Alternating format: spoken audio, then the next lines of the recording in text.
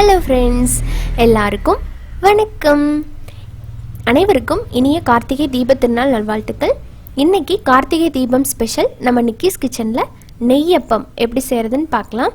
இந்த நெய்யப்பத்தை நல்லா டேஸ்ட்டாக செஞ்சு கடவுளுக்கு நெய்வேத்தியமாக படைச்சிட்டு அதுக்கப்புறம் நம்ம குடும்பத்தோட இந்த தீப திருநாள் அன்னைக்கு செஞ்சு சாப்பிட்லாம். ரொம்ப டேஸ்ட்டாகவும் அண்ட் ஹெல்த்தியும் கூட. இது செய்யறதுக்கு கொஞ்சம் டைம் எடுத்துக்கிட்டாலும் வச்சு சாப்பிட்றதுக்கு குழந்தைகளுக்கெல்லாம் ரொம்ப பிடிச்ச ஒரு ஸ்நாக்காக இருக்கும். இதை வெளியவே நீங்கள் 4லேருந்து 5 நாள் வரைக்கும் வச்சு சாப்பிட்லாம்.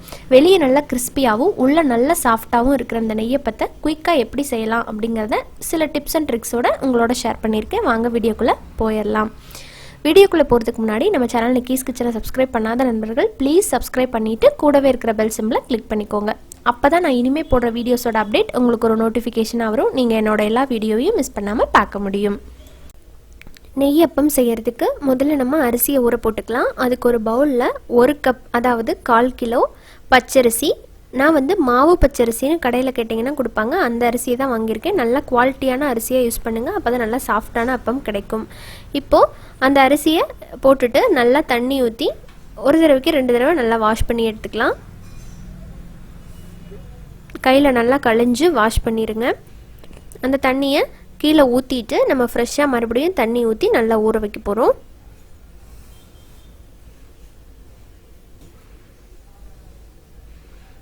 தண்ணி சேர்த்து இது ஒரு 4லேருந்து 5 மணி நேரம் நல்லா ஊறணும். அப்புறம் பார்க்கலாம். இப்போ அரிசி ஊற வச்சு கரெக்டாக 4 மணி நேரம் ஆயிருக்கு. அடுத்ததான் நம்ம வெல்லத்தை கரைச்சிக்க போகிறோம். நான் இன்னைக்கு 1/4 கிலோ, அதாவது 1 கப் பச்சரிசி எடுத்திருந்தேன் இல்லைங்களா, அதுக்கு 200 கிராம் அளவுக்கு வெல்லம் எடுத்திருக்கேன். இப்போ இதை இந்த சாஸ்பேனில் ஊற்றி கொஞ்சமாக தண்ணி சேர்த்துட்டு இதை நல்லா கரைச்சிக்கலாம்.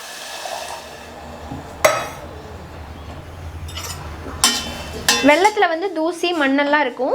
இதை நல்லா கரைச்சி நம்ம வடிகட்டி எடுத்து வச்சுக்கிட்டு நம்ம அரிசி அரைக்கலாம். இப்போ வெள்ளை கரைசலை ரெடி ஆயிடுச்சு. நம்ம வடிச்சிடலாம்.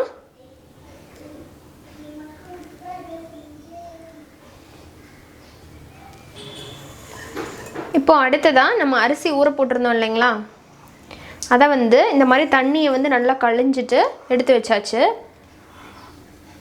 பாருங்கள், இந்த மாதிரி எடுத்து வச்சுட்டேன். இப்போ இதில் ஒரு 4 ஏலக்காய் சேர்த்துக்கலாம். 4 ஏலக்காய் போட்டு தண்ணி சேர்க்காம இந்த வெள்ளை கரைசல் இருக்கு இல்லைங்களா, நம்ம வடித்து எடுத்துருக்கோம்ல, இதையவே சேர்த்து இதை நைஸாக அரைச்சிட்டு வந்துடலாம் மிக்ஸி ஜாரில் போட்டு.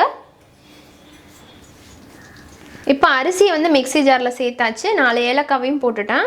இதோட பழம், நல்லா கனிஞ்ச பழமாக நீங்கள் எந்த பழம் வேணாலும் சேர்த்துக்கலாம். நான் இன்றைக்கி செவ்வாழை எடுத்திருக்கேன். ஒரு பழம் ரொம்ப பெருசு அப்படிங்கிறனால இதில் பாதி மட்டும் கட் பண்ணியிருக்கிறேன். இப்போ இதையும் நம்ம தோலை உரிச்சிட்டு உள்ளே சேர்த்துற வேண்டியதான். நல்லா கனிஞ்ச பழமாக இருந்தால் தான் ருசியாக இருக்கும். கொஞ்சம் காயாட்டு இருக்கிறதெல்லாம் போட்டுறாதீங்க, நல்லா இருக்காது. இப்போ இதை போட்டுட்டு இந்த வெள்ளை கரைசல் கொஞ்சம் நல்லா ஆறணும். ஆறாமல் சேர்த்துறாதீங்க. கொஞ்சம் ஆறுனதுக்கப்புறமா இதை கொஞ்சம் கொஞ்சமாக ஊற்றி நல்லா நைஸாக அரைச்சி எடுத்துகிட்டு வந்துடுங்க. அதாவது கொஞ்சம் ரவை மாதிரி இருக்கணும், ரொம்ப வலுவலுன்னு போயிடக்கூடாது. லைட்டாக அந்த ரவை மாதிரி இருக்கணும். அந்தளவுக்கு அரைச்சி எடுத்துகிட்டு காமிக்கிறேன். இப்போ பாருங்கள், அரைச்சி எடுத்துகிட்டு வந்துட்டேன். ஸோ இந்த அளவுக்கு இருக்குது. அதே மாதிரி இப்படி தொட்டு பார்த்தீங்கன்னா அப்படியே தரன்னு இருக்கணும். லைட்டாக உங்களுக்கு தரன்னு இருக்கிறது தெரியும்னு நினைக்கிறேன். ஸோ இந்த அளவுக்கு அரைச்சிட்டு இப்போ இதே பவுலுக்கு மாற்றிக்கலாம்.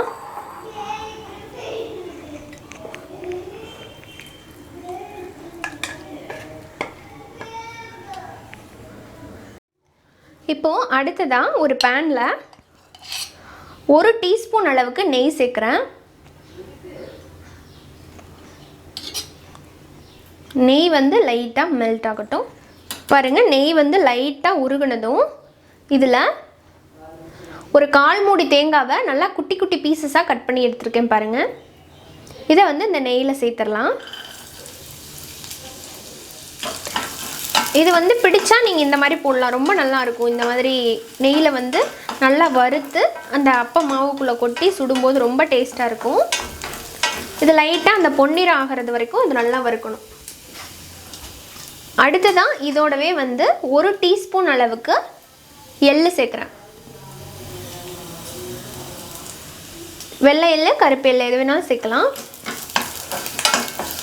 சேர்த்து இதுவும் நல்லா பொரிஞ்சு வரட்டும்.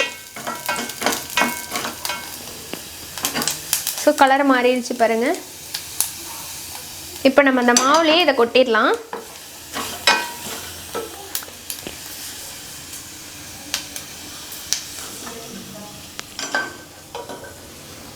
இப்போ சேர்த்து நல்லா கலந்துருங்க.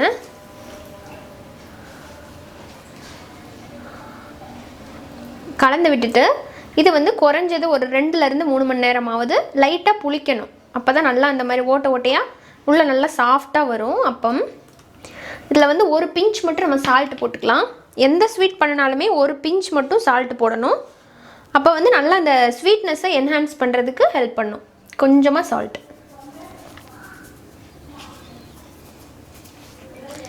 லைட்டாக போட்டுட்டு கலந்து விட்டுட்டு இப்போ இதை நம்ம ஓரமாக வச்சிடலாம். இப்போ கரெக்டாக ஒரு 3 மணி நேரம் ஆயிருக்கு. மாவு வந்து கிட்டத்தட்ட கொஞ்சம் புளிச்சிருச்சு. இப்போ நம்ம அப்பம் சுட ஆரம்பிச்சிடலாம். இப்போ நான் வந்து பணியாரக்கல்லில் லைட்டாக சூடு பண்ணியிருக்கேன். ஃபஸ்ட்டு கொஞ்சம் போல் நெய் சேர்த்துக்கலாம்.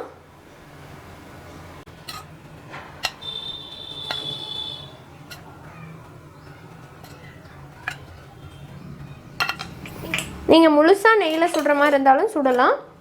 பட் ரியல் டேஸ்ட் வந்து தேங்காய் எண்ணெயில் தான் கிடைக்கும்.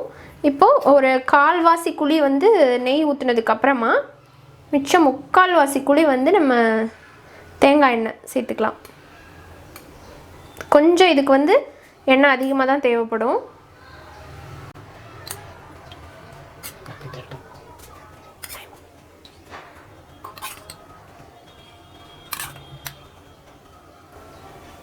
நல்லா சூடாகட்டும். இப்போ நல்லா சூடானதும் மாவை ஊற்ற ஆரம்பிச்சிடலாம். கொஞ்சம் கொஞ்சமாக ஊற்றுங்க, ரொம்ப ஊற்ற வேண்டாம். குழி ஃபுல்லாக ஊற்றிடாதீங்க. ஒரு அரை குழியை விட கொஞ்சம் அதிகமாக ஒரு 3/4 குழி அளவுக்கு மட்டும் ஊற்றணும்.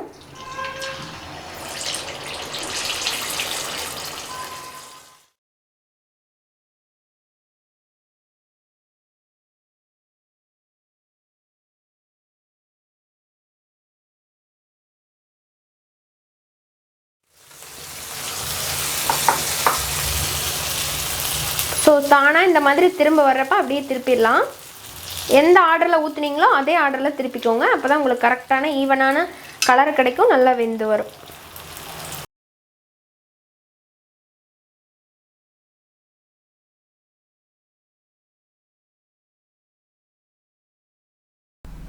இப்போ நெய்யப்பம் சூப்பராக ரெடி ஆகிடுச்சு பாருங்கள். 2 பக்கமும் நல்லா கோல்டன் ப்ரௌன் கலர் வந்ததுக்கப்புறமா நம்ம இதை வந்து பணியாரக்கல்லிருந்து வெளியே எடுத்துடலாம்.